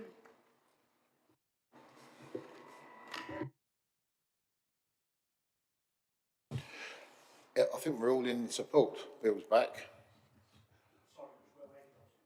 Right, okay. No, we've done that. So this is the second one with the thing, but you haven't heard the thing, so we'll keep you out of this at the moment, yeah? So this is the Whittlesford United Reformist Church. So I think from our position, John, this is a recommendation from us. It's nice to see the church are doing a bit as well, so it's great. So as it's available to everybody, 24/7 by the looks of it, then that's superb. Yeah, I'm happy with this. Thank you. Okay, so page 55, we have Ickleton Cricket Club. This provides training and matches for men, women and children. What they would like to do is to install a ball stop netting to stop balls entering a nearby property, which is undergoing an extension. And this would, if they did this, they would be able to continue playing matches in the 2023 season. And that would be 33 adult cricket matches and 30 training and development sessions, and about 12 sessions for youth cricket involving a minimum of 64 children. Total project costs for this ball net is £5,034.88. They've requested £2,000 through the community chest. They've been offered £3,000 by a local resident to help with the costs. The club have confirmed on the 18th of November that the parish council have agreed to cover £1,000 of the remaining costs, and that would leave an outstanding cost of £1,034.88. This is the amount which has been requested from the community chest. So this is the one that I mentioned at the very beginning. It just amended the table slightly. So they're not requesting £2,000, but £1,034.88. We have Councillor Peter MacDonald in support. Again, and it's very admirable, but someone's also helped to fund it from outside. Could be, couldn't it? And obviously the parish council dipped their hand in their pocket. So that's... Any comments, colleagues? Very happy. Happy. We're all happy here. John, for recommendation on that one. Yeah, I'm okay with it. Okay. And then we have on page 57, we've got Bourne Sports Club. They provide community sports activities for residents of Bourne and nearby villages. Currently, they have 140 members.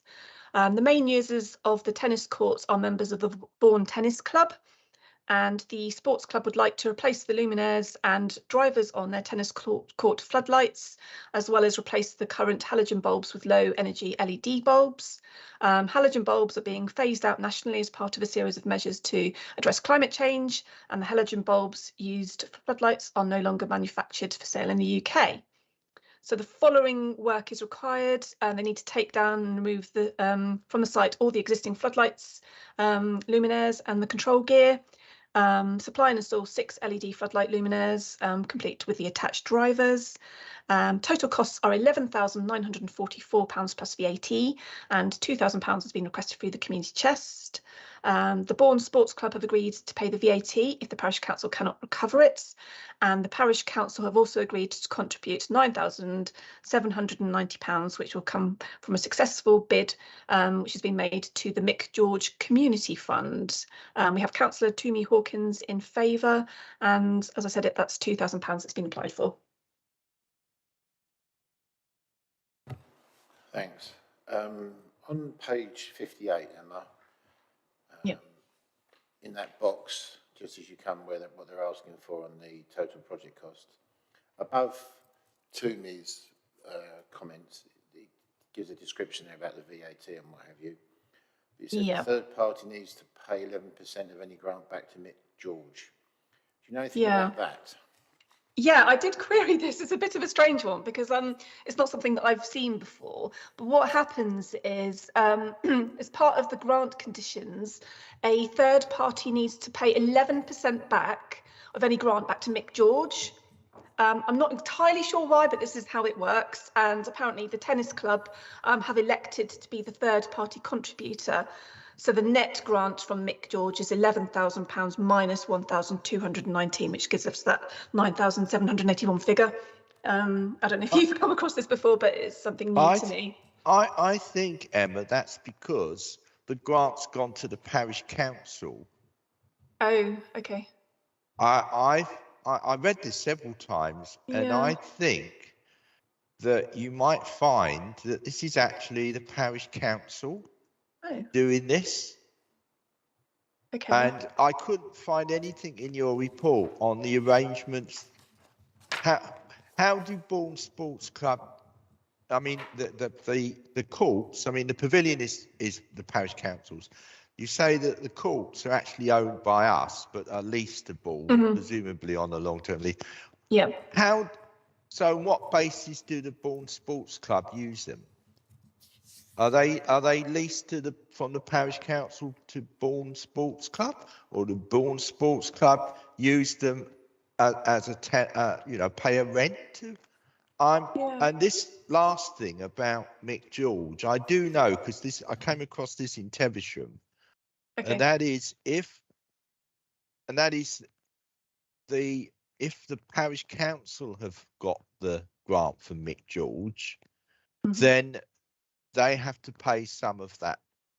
The contributor has to pay some of that money back. So I'd like us to ask for more information about this and the actual relationship between the sports club and the parish council, because I have a suspicion that this is being done by the parish council, but they've got the sports club to come to us because obviously the parish council can't. Right. Yep. Understand. Yep. I'll go back and ask. Is that okay, committee? I'm just not. Yeah, I mean, this is the one that kind of bothered us a little bit, I think. It says in the preamble at the start. It says Bourne Parish Council own the pavilion, but there is a lease for the tennis courts from South Cams, us, to Bourne PC. So we are the actual landowner of the tennis courts, so to speak. We just leased it to somebody else.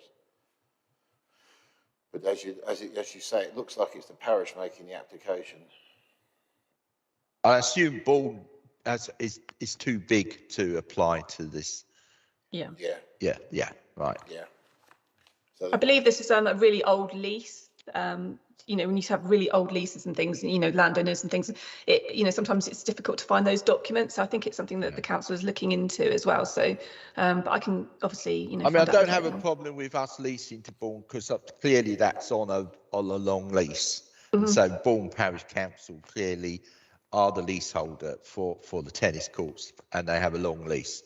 But it's actually the relationship between Bourne Sports Club and the parish council. It's not clear. Yeah. or who's getting the Mick George grant. Yeah, who's getting the it's Mick the- if George? it's the It tennis club suggests to getting the me Mick that the George. Mick George, it's the parish council that have got the grant. Yeah. Perhaps those could be course. cleared up, and then so we defer this till the next one, then, yeah. Or based on that information, or do you want to get the information if it fits that Emma talks to you about? No, I'd like it to come. I like it to come back to you because I think this is Yeah. going to be a complicated We one. defer that then, colleagues. Yeah, come back once Emma's got the information. All right, thank you. Cheers, Emma.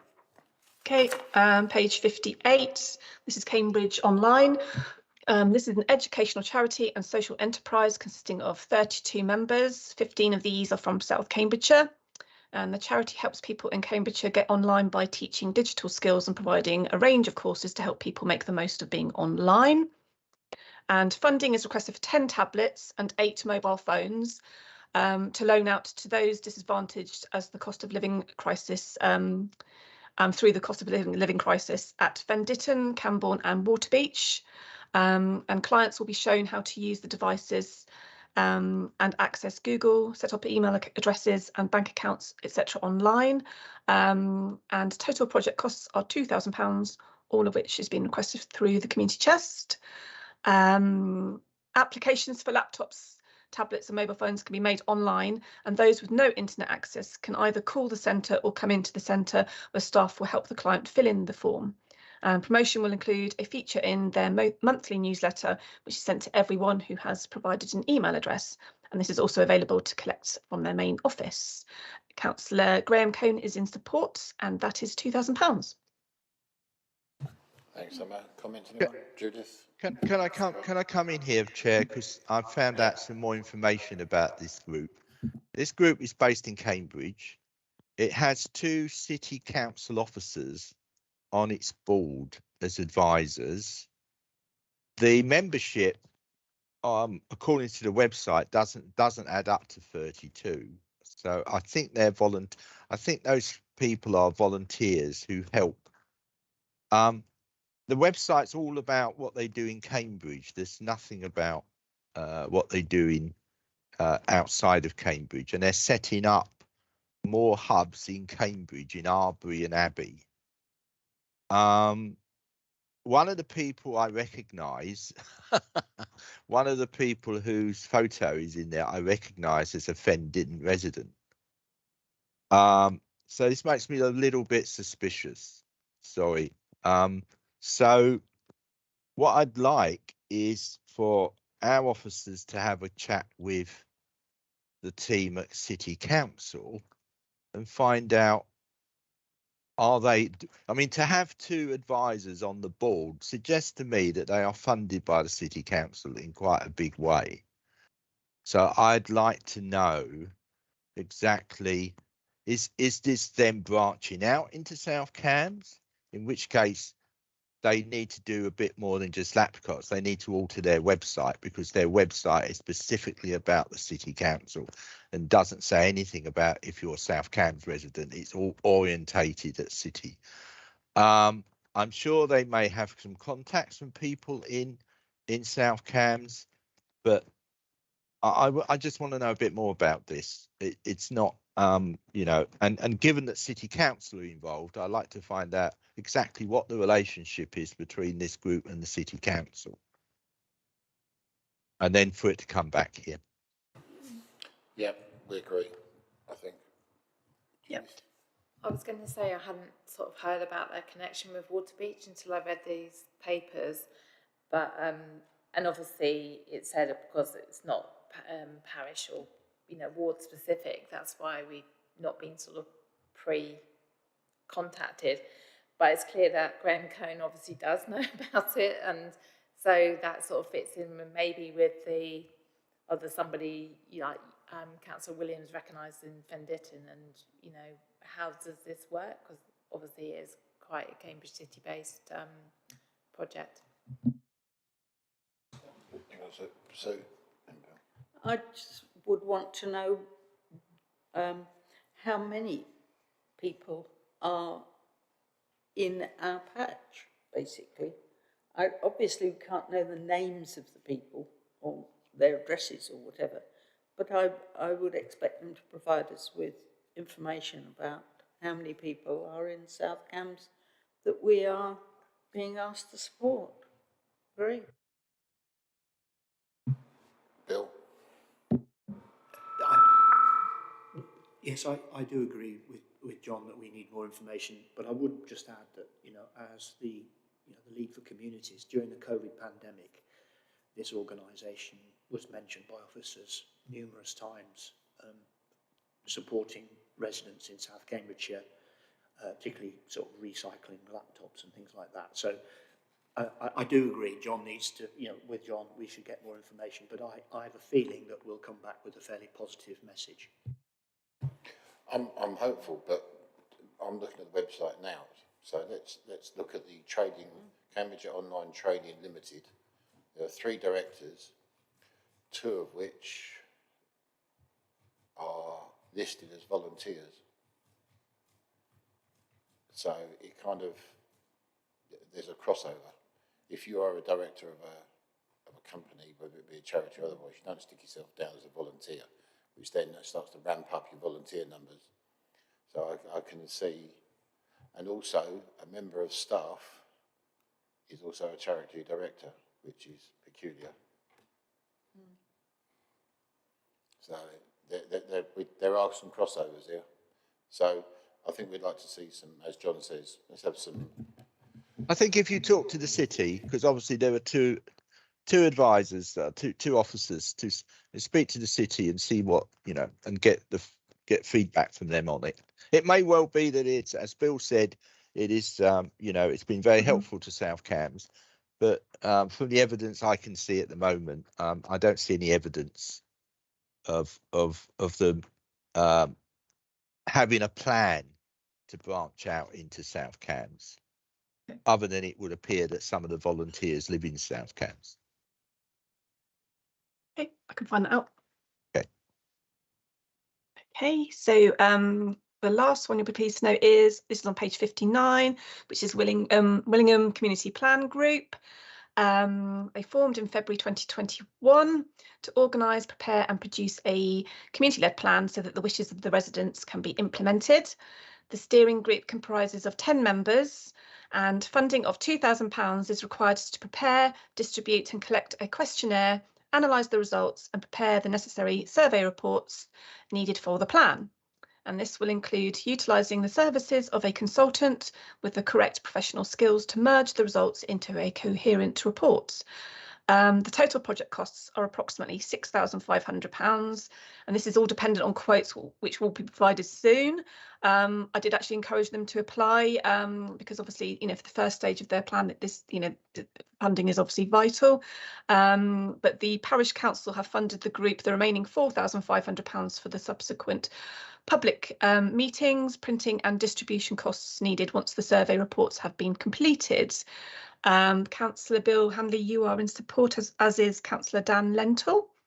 And any questions on this one, please? Oh, this is coming out of the community-led plan ring fence amount I meant to add.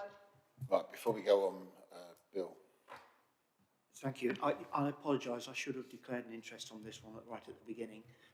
Only in as much as this organisation is in my ward, of course, and also, but I don't have any direct connection with them. I just know of their activities. They've sought my advice on a few things, normal ward activities. I'd take your advice on whether or not I should vote on this, really. But I do certainly endorse what they're doing. They're a very dynamic group. Okay, cheers, Bill. Right, just a quickie, I don't know, you said that Councillor Lenter has offered support. He doesn't say that here, he just says he'll give them assistance if he wishes and he wants to meet. So perhaps you could confirm with Councillor Lenter that he actually does support it, because it would be handy. And if he does, he probably needs to be in the same boat as Councillor Hanley by declaring an interest if he's going to be involved with it. Okay, thank you. Right. Colleagues, comments, please?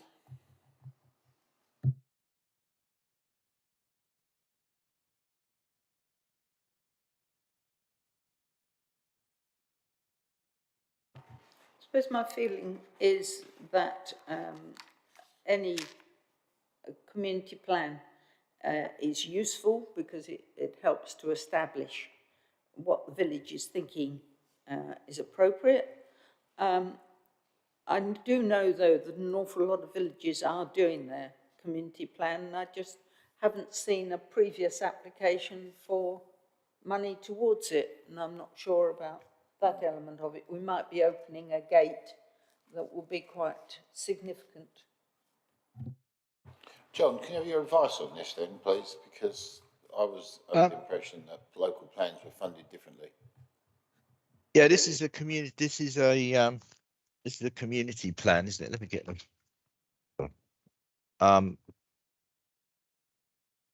This is a community-led plan. This is not.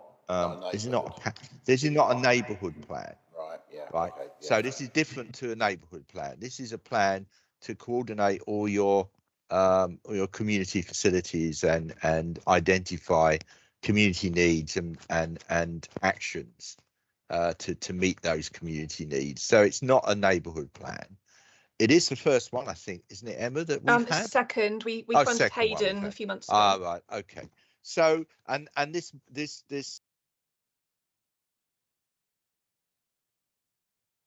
John, you've muted yourself, and we are so love to hear you. Okay, I don't know where I picked up it, but we have this pot of money that has been ring fenced for this purpose, basically, for community-led plans. So it is in it's in line with our policy, and I personally I'm quite happy with it.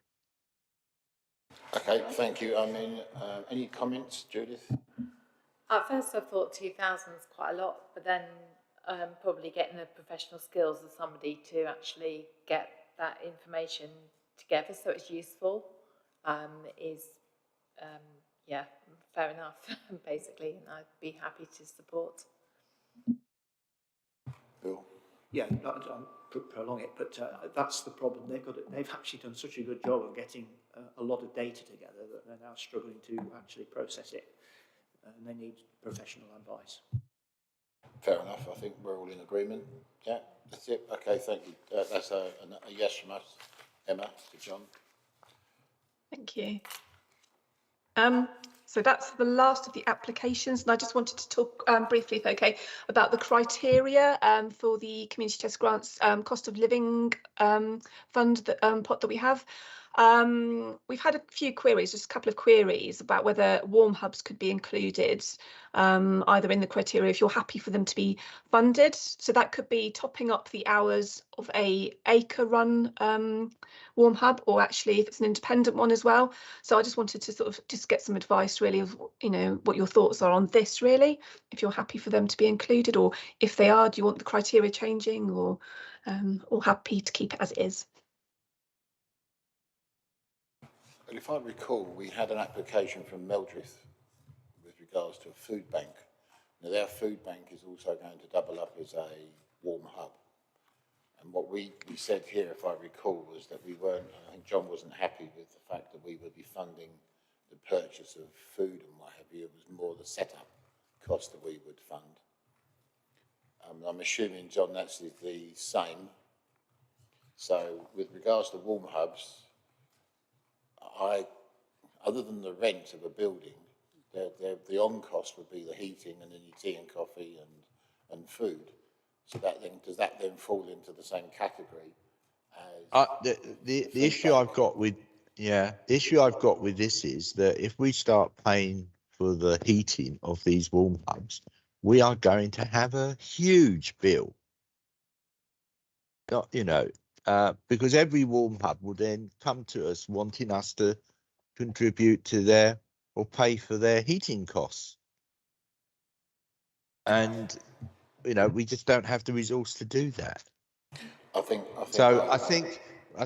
we have to be very specific. If we are going to lend money to warm hubs, and that wasn't I seem to remember in the conversation last time, we decided that this was we would support things that were in addition to the warm hubs, because I think the feeling was the budget for the warm hubs came out of the Cambridge care money, not out of our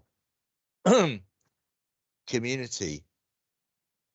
The money that we'd got 20,000 from the care money to pay towards other things, but the actual cost of running the warm hubs was coming from another source. It wasn't coming out of our money, because if it comes out of our money, then our money's not going to stretch to pay for the cost of heating and lighting a warm hub.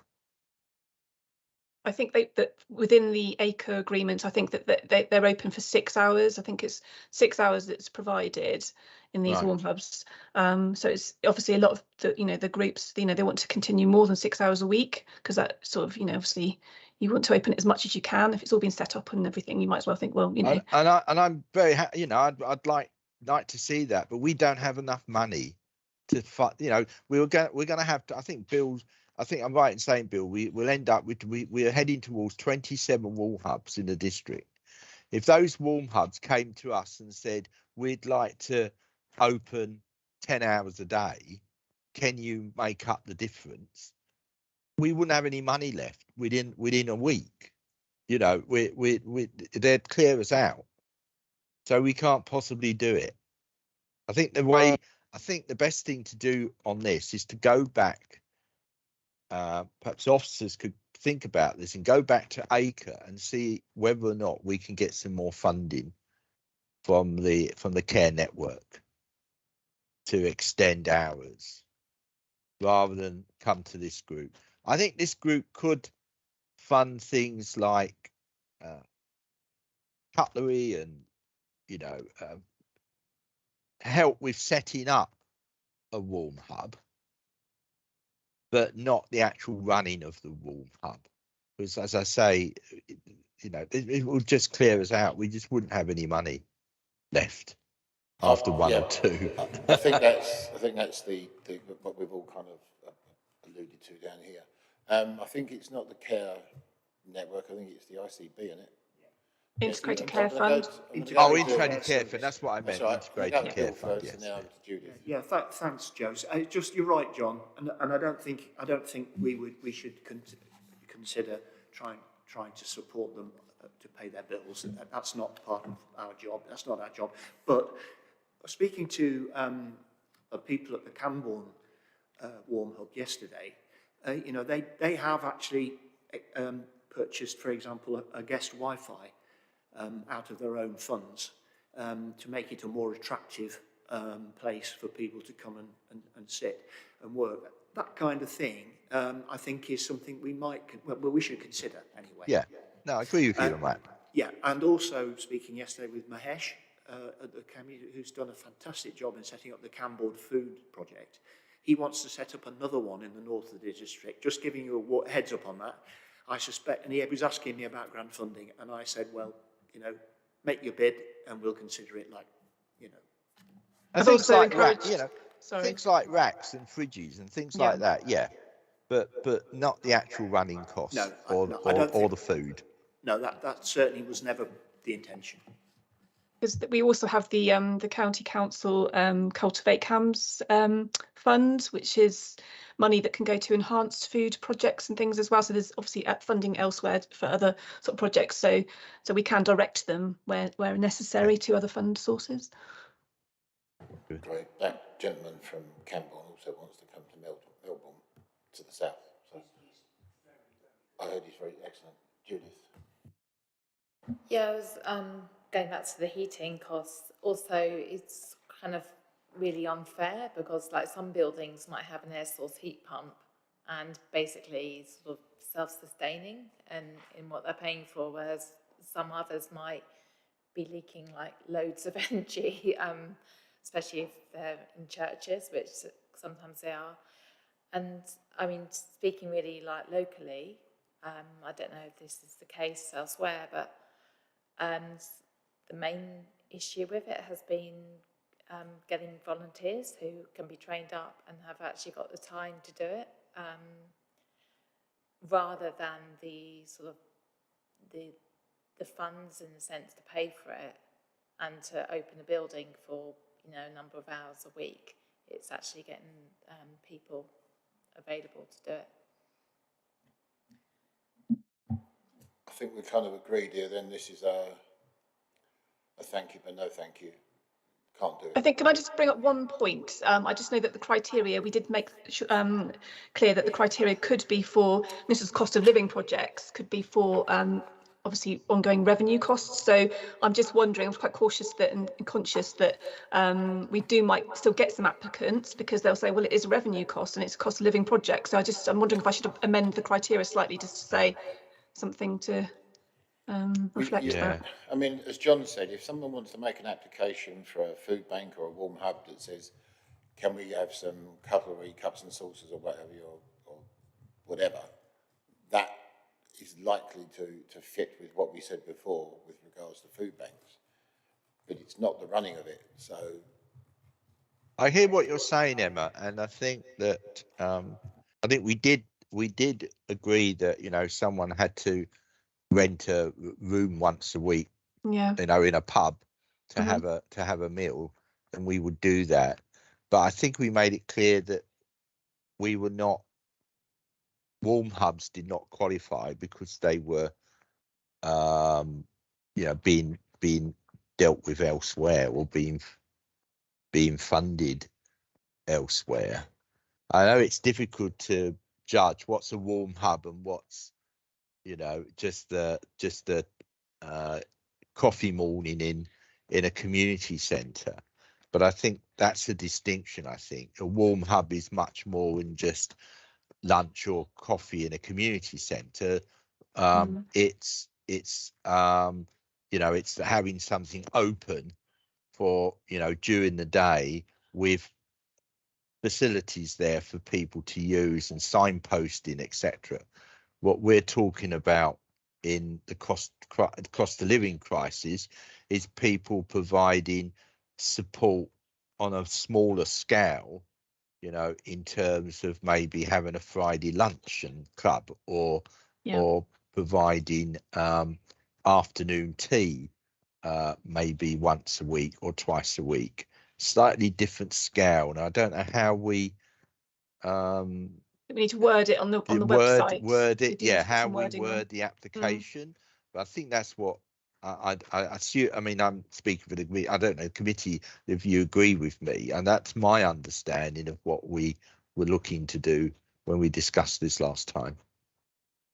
That's exactly what we were thinking. So. Can we leave it to you, Emma, to see if we can come up with some wording to make it more specific? Perhaps. I'll come up with something, and perhaps if I message you or email it to you and see if you're happy with that. Perhaps even if we just give some example, you know, just give a couple of examples. I.e., you know, so you might, like, you know, someone setting up a lunch on a Friday or an afternoon tea once or twice a week, or something like that, which is just a different scale to what a warm hub is. Yeah. Okay. Yeah, I'll come up with something and I'll let you know. John, Emma, can I just ask, can the rest of the committee be included in the email, just so that they're up from it? Yeah, of course. Lovely. No, thanks, like to have as much input as possible, as you know. Right. Okay then. I think anyone else got any points? Because it's that's the end of End of the agenda. Thank you very much, Aaron. You're all done, yeah, Emma? Yeah. Yeah, thank you. And that's it. Okay, in that case then, thank you very much. The next meeting is, I believe, the 27th of January, 2023. Oh, dear me. So in that case, I'd just like to wish everybody, all the hundreds and hundreds of people watching online, a very, very Merry Christmas. I hope Santa Claus comes. I hope the cost of living doesn't go too mad. And, well, just I love you all. Thank you very much. And I ought to say one last thing. I'd like to wish my dearly beloved wife happy birthday, since I forgot to wish her that as I left this morning. So thank you very much. Jeannie, I love you. Thank you. Bye-bye. Thank you.